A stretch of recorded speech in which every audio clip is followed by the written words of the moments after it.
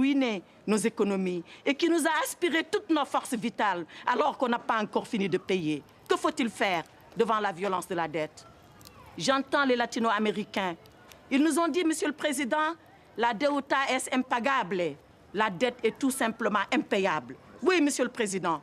Elle est impayable parce qu'elle est illégitime. Elle est impayable parce qu'elle est violente. Elle est impayable parce que tout simplement, elle est insoutenable. À la violence de la dette vient s'ajouter le bradage de nos biens publics, de nos services publics, de nos services sociaux de base, la privatisation. Après avoir privatisé la santé, alors que entre juin et septembre 2005, 42 000 personnes sont mortes du choléra, cette maladie du Moyen-Âge qu'on croyait à jamais éradiquer de nos villes et de nos campagnes. Mais qu'on n'aille pas plus loin, Monsieur le Président. Ici, dans cette chambre, gît et gémit un malade. Entendez-vous sa complainte? Elle m'est parvenue aux oreilles et nous privatisons la santé. Ce n'est pas fini.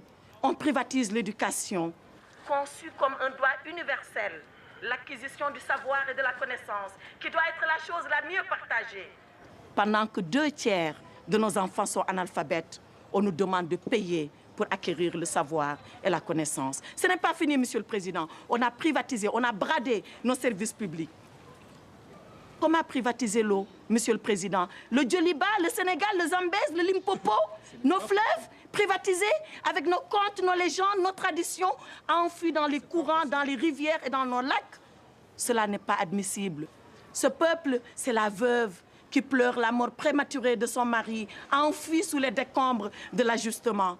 Ce peuple, c'est l'orphelin qui réclame le sein de sa mère, emporté dans les couches, alors qu'il exigeait tout simplement un dû, les soins primaires de santé.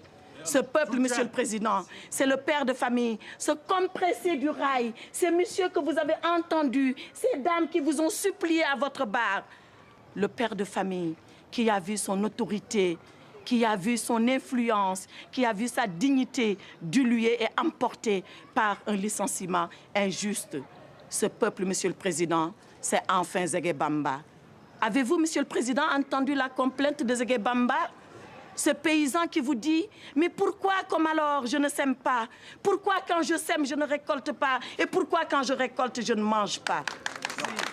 C'est cette Afrique, Monsieur le Président, qui vous demande dignement, humblement, modestement, mais légitimement justice, Monsieur le Président. Alors vous la lui rendrez, sa justice à l'Afrique.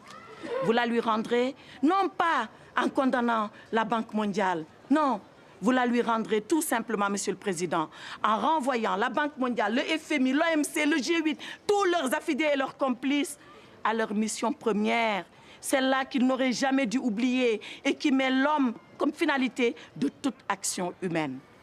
Il vous appartient, Monsieur le Président, vous, par votre plume, qui rendra la décision. Il m'appartient, moi, par la robe que je porte. Il nous appartient à nous tous, parce que c'est notre devoir de génération de provoquer et de précipiter la venue de ce jour. Car il y va de l'équilibre du monde et de l'avenir de l'humanité.